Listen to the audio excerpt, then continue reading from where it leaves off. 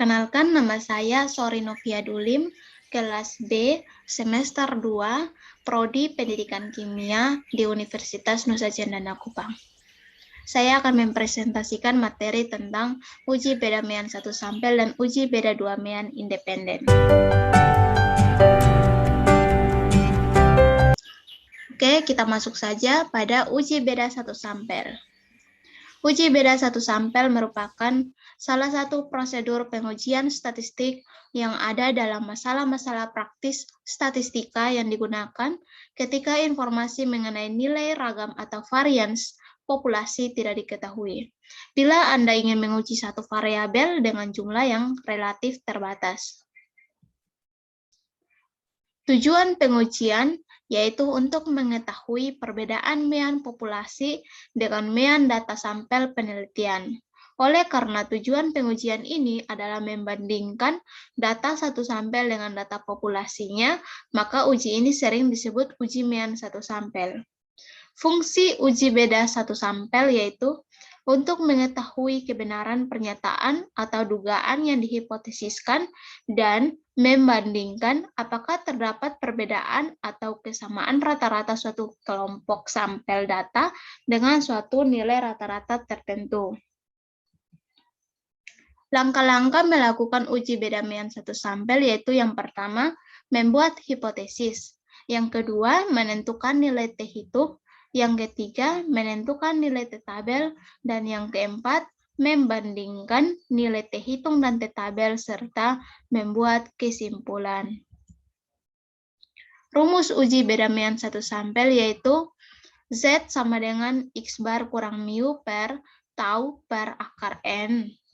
Kemudian T sama dengan X bar kurang mu per standar deviasi per akar N. Dengan keterangan bahwa X bar sama dengan rata-rata data sampel, mu sama dengan rata-rata data populasi, tau sama dengan standar deviasi data populasi, SD sama dengan standar deviasi data sampel, dan N sama dengan jumlah sampel. Kita masuk pada contoh soal. Obat A mempunyai daya tahan 800 hari sampai batas kadaluarsa dengan simpangan baku 20 sesuai ketentuan pabrik. Akhir-akhir ini ada keluhan masyarakat bahwa obat A sudah rusak sebelum tanggal kadaluarsanya sesuai dengan tertulis pada label obat. Untuk itu dilakukan penelitian terhadap 6 obat A. Ternyata didapatkan rata-rata daya tahan obat A adalah 790 hari. Selidikilah dengan alfa sama dengan 5%, apakah daya tahan obat A sudah turun? Oke, kita masuk pada penyelesaian dengan langkah pertama, membuat hipotesisnya. H0 banding mu sama dengan 800. Jadi daya tahan obat tidak beda dengan 800 hari. H1 banding mu sama dengan 800. Jadi daya tahan obat A kurang dari 800 hari. Dengan alfa sama dengan 5% atau sama dengan 0,05. Langkah berikut yaitu menentukan nilai Z hitung.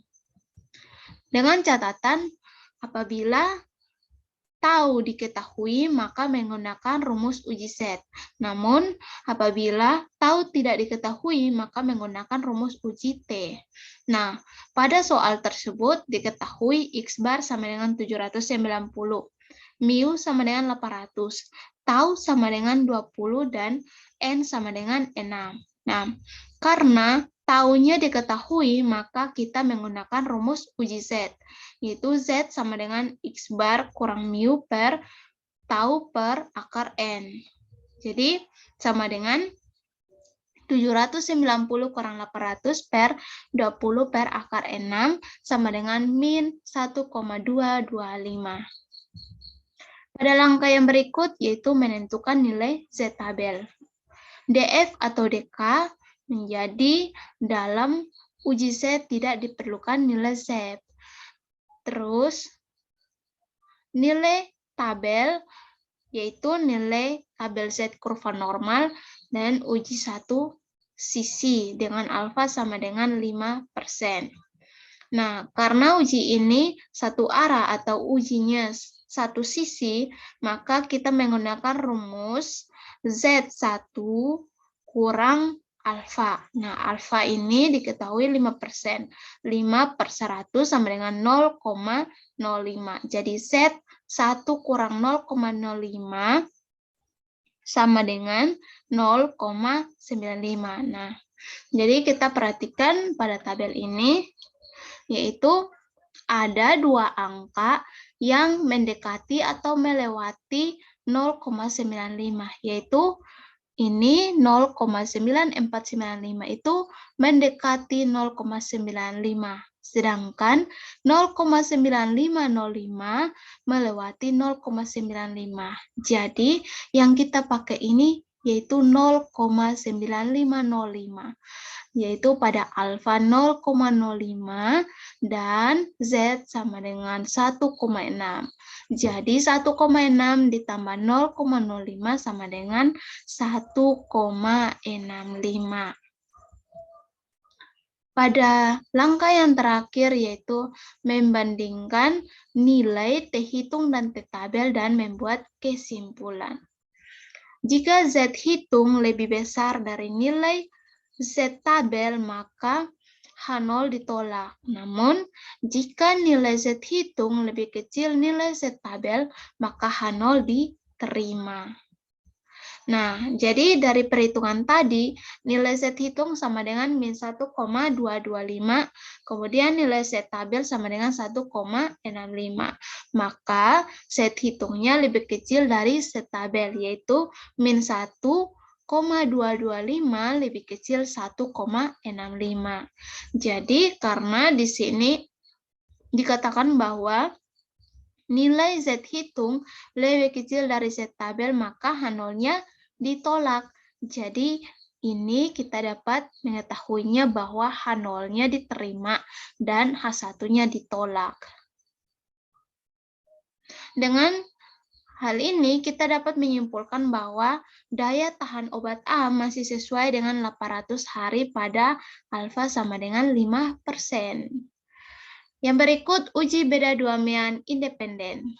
Uji beda dua mean independen adalah uji statistik yang membandingkan mean dua kelompok data. Misalnya, membandingkan nilai statistika kelas A dan kelas B. Fungsinya yaitu untuk menguji hipotesis tentang rata-rata suatu sampel, untuk memperkirakan interval rata-rata, dapat mengetahui batas penerimaan suatu hipotesis, dan untuk menguji layak tidaknya sebuah pernyataan dapat dipercaya atau tidak. Tujuannya yaitu untuk mengetahui perbedaan mean dua kelompok data independen. Syarat yang harus dipenuhi dalam uji beda dua mean independen yaitu yang pertama, data harus berdistribusi normal atau simetris. Dan yang kedua, kedua kelompok data harus independen. Dan yang terakhir, varian yang dihubungkan berbentuk numerik dan kategorik. Prinsip uji dua mean, yaitu yang pertama, melihat perbedaan varian kedua kelompok data. Yang kedua, diperlukan informasi apakah varian kedua kelompok yang diuji sama atau tidak. Yang ketiga, bentuk varian kedua kelompok data akan berpengaruh pada nilai standar error yang akhirnya akan membedakan rumus pengujiannya. Bentuk uji beda dua mean independen atau uji T yaitu terdiri dari dua varian, yaitu varian yang sama dengan rumus T sama dengan X bar 1 kurang X bar 2 per akar S1 kuadrat per N1 tambah S2 kuadrat per N2.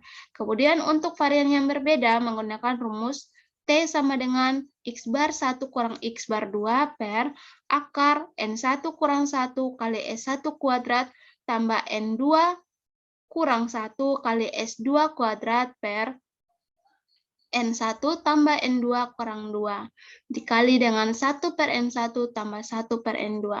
Dengan keterangan X bar 1 atau X bar 2 sama dengan nilai rata-rata kelompok 1 atau kelompok 2. N1 atau N2 sama dengan jumlah sampel kelompok 1 atau kelompok 2. S1 kuadrat atau S2 kuadrat sama dengan standar deviasi sampel kelompok 1 atau kelompok 2. Langkah-langkah melakukan uji. Yang pertama, kita harus membuat hipotesis. Yang kedua, menentukan rata-rata atau mean dan simpangan baku. Yang ketiga, melakukan uji homogenitas. Yang keempat, menentukan T hitung dan T tabel. Dan yang terakhir, membuat kesimpulan. Contoh soal. Seorang pejabat Depkes RI berpendapat bahwa rata-rata nikotin yang dikandung rokok Jarum lebih tinggi daripada rokok Wismilak. Untuk membuktikan pendapatnya, kemudian diteliti dengan mengambil sampel random 10 batang rokok Jarum dan 8 batang rokok Wismilak. Hasil pengolahan data melaporkan bahwa rata-rata kadar nikotin rokok Jarum adalah 23,1 mg dan standar deviasi 1,5 mg. Pada rokok Wismilak, rata-rata kadar nikotinnya 20 mg dengan standar deviasi 1,7 mg. Berdasarkan data tersebut, ujilah pendapat pejabat Depkes RI menggunakan alfa sama dengan 5%. Kita masuk pada penyelesaian. Dengan langkah pertama, kita membuat hipotesis. H0 banding mu1 sama dengan mu2, yaitu varian kadar nikotin Jarum sama dengan varian kadar nikotin Wismilak. H1 banding mu1 tidak sama dengan mu2, yaitu varian kadar nikotin Jarum tidak sama dengan varian kadar nikotin Wismilak. Langkah yang berikut menentukan rata-rata atau mean dan simpangan baku. Telah diketahui pada contoh soal yang tadi, yaitu X bar 1 sama dengan 23,1, X bar 2 sama dengan 20, simpangan baku kuadrat sama dengan 1,7 kuadrat, dan simpangan baku kuadrat sama dengan 1,5 kuadrat. Langkah yang berikut kita melakukan uji homogenitas dengan menggunakan rumus F hitung sama dengan standar deviasi terbesar atau simpangan baku terbesar kuadrat per simpangan baku terkecil kuadrat sama dengan 1,7 kuadrat per 1,5 kuadrat sama dengan 1,28. Kemudian kita menentukan rumus F tabel dengan menggunakan alfa jumlah sampel B kurang 1 per jumlah sampel A kurang 1. Nah, alfanya itu 0,05. Kemudian, jumlah sampel pada rokok Wismilak yaitu 8. Dan jumlah sampel pada rokok Jarum itu 10. Jadi, 8 kurang 1 sama dengan 7, 10 kurang 1 sama dengan 9. Nah, 3,68 ini didapat dari tabel berikut ini.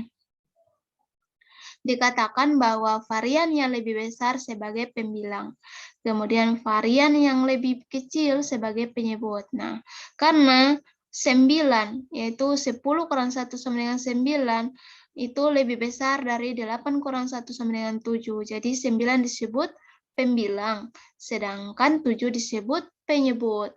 Nah, di sini karena